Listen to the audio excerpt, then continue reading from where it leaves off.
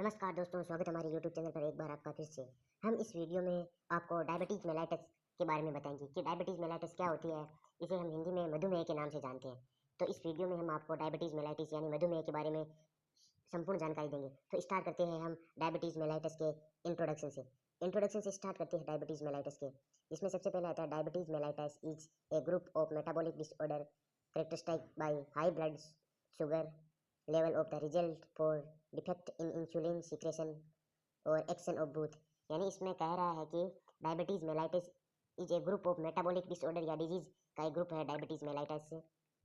इसमें हमारे शरीर में जो ब्लड होता है उनमें ग्लूकोज का लेवल हाई हो जाता है। तो इसे हम डायबिटीज़ मेलाइटिस के नाम से जानते हैं, इसके बाद आता है हमारा डायबिटीज़ मेलाइटिस फर्स्ट आइडेंटिफाई, यानी हम किस प्रकार डायबिटीज़ मेलाइटिस को आइडेंटिफाई कर सकते हैं। जैसे हम डायबिटीज़ मेलाइटिस को identify sweet urine first identify associate with the disease, यानी यूरिन शिफ्ट यूरिन हो जाता है तो हम पता लगा सकते हैं कि इस व्यक्ति को डायबिटीज़ मेलाइटिस है। इसके बाद आता है हमारा evaluate level of blood glucose, it also known as hyperglycemia. अब एक टर्म आई है हाइपरग्लाइसीमिया। हाइपरग्लाइसीमिया क्या होती है? हाइपरग्लाइसीमिया होती है कि ब्लड में ग्लूकोज का लेवल हाई हो जाना, इसे ही हम हाइपरग्लाइसीमिया के नाम से जानते हैं। अब इसके बाद हम डेफिनेशन की ओर चलते हैं। डायबिटीज़ मेलाइटिस की डेफिनेशन। अब हम आगे हैं डायबिटीज़ मेलाइटिस की डेफिनेशन में। इसमें लिखा हुआ है कि diabetes mellitus is a group of metabolic disorder और disease characteristics by hyperglycaemia resulting from defect insulin secretion and action both. ये हमने पहले भी बताई थी डायबिटीज़ मेलाइटिस की डेफिनेशन, और ये आप इनको याद कर लेना, ये इंपॉर्टेंट डायबिटीज़ मेलाइटिस की डेफिनेशन है। अब इसके बाद आते हैं कि डायबिटीज़ मेलाइटिस से कौन कौन सी ऑर्गन डिफेक्ट होती है। जब डायबिटीज़ मेलाइटिस से हमारे शरीर के कुछ ऑर्गन होते हैं जो वेरियस ऑर्गन डिफेक्ट या डैमेज होते हैं, डिसफंक्शन होते हैं। इसमें सबसे पहले नाम आता है हार्ट का, इसके बाद आता है किडनी और इसके बाद आइज आता है। ये ऑर्गन डायबिटीज़ मेलाइटिस होने के बाद डिसफंक्शन हो जाते हैं। अब आता है हमारा क्लासिफिकेशन ऑफ डायबिटीज़ मेलाइटिस, यानी कितने प्रकार की डायबिटीज़ मेलाइटिस होती है। तो बेसिकली रूप से हम देखें तो डायबिटीज़ मेलाइटिस 4 प्रकार की होती है।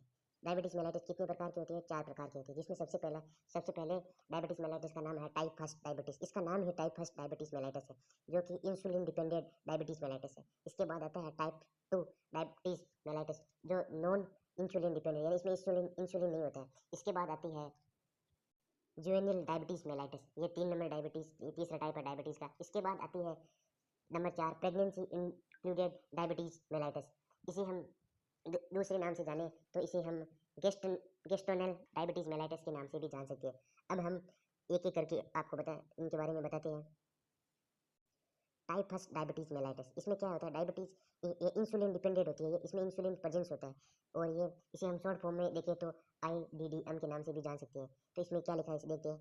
इसमें लिखा है it is the characterized by the autoimmune beta cell destruction which is attributing of this genetic. It may be trading position couples with are not or more than vital agent in possible chemical agent। ये इसमें लिखा है कि ये diabetes type first होता है, ये genetically होता है, auto immune beta cell distribution होता है। तो ये इसके बाद होता है। अब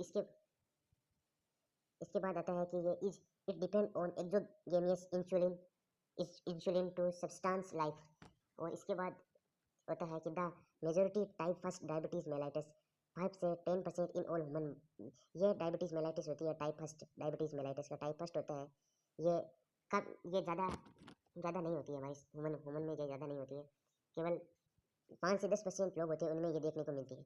और ये हमने आपको बता दिया कि ये जेनेटिकली सब्सिडिटी होती है। ये common factor development of this human first diabetes होता है, जेनेटिकली होती है। अब इसके बाद हम चलते हैं डायबिटीज़ सेकंड। अब हम आगे हैं डायबिटीज़ सेकंड, जो कि non insulin dependent diabetes mellitus होती है। इसमें क्या लिखा है? मेजोरिटी ऑफ 90%, यानी 90% लोगों में ये देखने को मिलती है डायबिटीज़ मेलाइटिस। ये genetic influence but no connection with HLA। इसका फुल फॉर्म है कि ह्यूमन ग्लूकोसाइड एंटीजन। तो डायबिटीज़ फर्स्ट स्टेज वो 5 से 10% लोगों में देखने को मिलती है, और ये डायबिटीज़ सेकंड होती है जो 90% लोगों में देखने को मिलती है। अब इसके बाद आती है हमारी 3 नंबर डायबिटीज़, जो pregnancy induce included diabetes mellitus होती है, जिसे हम दूसरे नाम से देखें तो गेस्टनल डायबिटीज़ मेलाइटस के नाम से जानते हैं। इसमें इसमें क्या लिखा है देखिए, इसमें लिखा है कि इसमें लिखा है the gestational diabetes mellitus developing during pregnancy because secretion of this placenta hormone which called insulin resistance। इसमें क्या लिखा है कि जब यानी इसे हम प्रेगनेंसी ये इंक्लूडेड डायबिटीज़ होती है, इसमें लिखा है कि गेस्टनेटल डायबिटीज़ मेलाइटस डेवलपिंग, यानी किस कहाँ पर डेवलप, किस स्टेज पर डेवलप होती है। जब प्रेगनेंसी होती है तो प्रेसेंट सिक्रेशन होती है, हार्मोन का सिक्रेशन होता है प्लेसेंटा से, तो ये देखने को मिलती है। अब कौन कौन से कारण या कोज होते हैं जो डायबिटीज़ मेलाइटस होने पर हमें दिखाई देते हैं, जिसमें सबसे सबसे पहला आता है हमारा, सबसे पहला आता है इनसफिशियंसी ऑफ इंसुलिन, यानी इसमें इंसुलिन की सफिशियंसी यानी पूरी मात्रा नहीं होती है, इसे इनसफिशियंसी ऑफ इंसुलिन होता है। इसके बाद आता है इन फेलियर प्रोडक्शन ऑफ इंसुलिन, यानी इंसुलिन बनाने में फेलियर हो जाती है, हमारे जो जहाँ पर इंसुलिन बनता है वो इंसुलिन नहीं बनता। इसके बाद आता है destruction of this insulin bye liver, यानी लिवर इंसुलिन का डिस्ट्रक्शन करने में and other tissue in other body tissue में डिस्ट्रक्शन हो जाता है। इसके बाद आता है कंजेनिटल डिजीज हो जाती है, हेरिडिटी प्रॉब्लम होती है, इन इम्प्रूवमेंट ग्लूकोज टॉलरेंस होता है। और इसके बाद आता है the need of this insulin, the need of insulin may be greater than available supply. ये थे हमारे डायबिटीज़ मेलाइटस के कोज। अब इसके बाद आता है हमारा, इसके बाद आता है डायबिटीज़ मेलाइटस के क्लिनिकल या साइन एंड सिम्टम, कौन कौन से साइन एंड सिम्टम होते हैं जो हमें डायबिटीज़ मेलाइटस होने के बाद दिखाई देते हैं। जिसमें हम सिंपल भाषा में देखें तो इसमें एक्सेसिव अमाउंट ऑफ यूरिन, जिसे हम पोलीयूरिया के नाम से जानते हैं मेडिकल टर्म में। इसके बाद आती है पोलीडिप्सिया, जिसे हमें एक्सेसिव थर्स्ट होती है, जिसे पानी की कमी हो जाती है। इसके बाद आती है पोलीपेजिया, यानी भूख कम लगना, ये। और इसके बाद है अनयूजुअल वेट लॉस। ये साइन एंड सिम्टम थे जो डायबिटीज़ मेलाइटस होने पर देखने को मिलते हैं। अब कौन से पैथोफिजियोलॉजिकल सिम्टम्स होती है, इसको हम देखते हैं। इसमें डोंट टू ईटियोलॉजिकल फैक्टर, इसमें दो होते हैं हमारे, जिसमें जिसमें फर्स्ट में लिखा है टाइप फर्स्ट डायबिटीज़, और सेकेंड है type second diabetes. Type first में क्या होता है, इसमें होता है टाइप फर्स्ट में होता है डिक्रीज इंसुलिन प्रोडक्शन, यानी इंसुलिन का प्रोडक्शन डिक्रीज हो जाता है, और डिक्रीज ग्लूकोज इनटेक। अगर इंसुलिन का प्रोडक्शन डिक्रीज हो जाए तो ग्लूकोज का प्रोडक्शन भी डिक्रीज हो जाता है। इसके बाद क्या होता है इंक्रीज ब्लड ग्लूकोज लेवल, यानी ब्लड में ग्लूकोज का लेवल बढ़ जाता है, तो इसे हम डायबिटीज़ मेलाइटस कहते हैं। तो ये टाइप फर्स्ट था। इसके बाद आता है टाइप सेकेंड, यानी डिक्रीज इंसुलिन यूटिलाइजेशन, यानी इसमें इंसुलिन का यूटिलाइजेशन कम हो जाता है। और इसके बाद आता है हमारा डिक्रीज ग्लूकोज टेकअप बाय सेल, यानी इसमें ग्लूकोज का यूटिलाइजेशन कम होता है, तो सेल के पास भी डिक्रीज ग्लूकोज जाएगा, तो हमें देखने को मिलेगा हाइपरग्लाइसीमिया। और ये डायबिटीज़ मेलाइटस, दोनों में बात सेम ही है, डायबिटीज़ मेलाइटस देखने को मिलेगी। अब इसके बाद आते हैं डायग्नोस्टिक इवाल्वेशन, यानी कौन कौन से टेस्ट होते हैं जिससे हम डायबिटीज़ मेलाइटस का पता लगा सकें।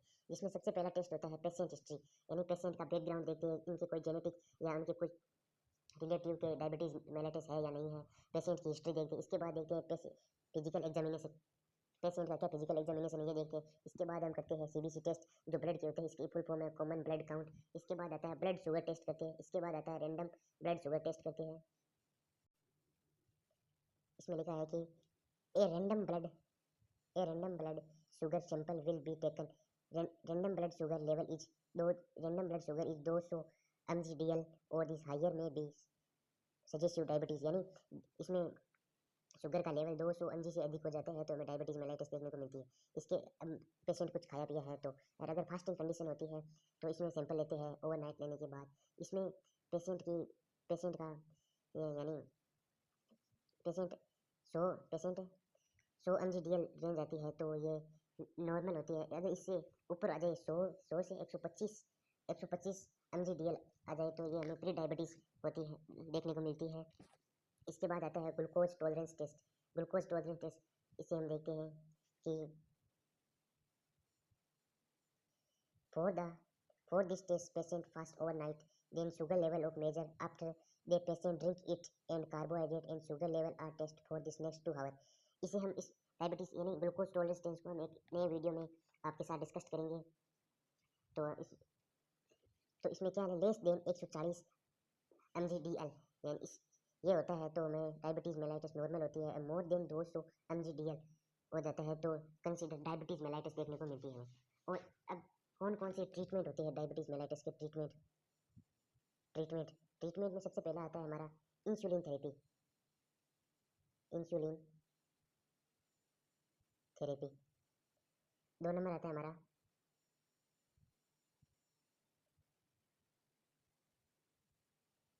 2 नंबर आता है हमारा, हम आपको ऐसे बता दें कि गुड, 2 नंबर आता है good dietary, good healthy diet, good healthy diet आता है। इसके बाद आता है फिजिकल एक्सरसाइज आती है। इसके बाद आते हैं anti glycemic agent, anti glycemic agent. ये ट्रीटमेंट थे डायबिटीज़ मेलाइटस के। अगर आपको ये वीडियो अच्छा लगे तो हमारे चैनल को लाइक एंड सब्सक्राइब करें। जय हिंद, जय भारत।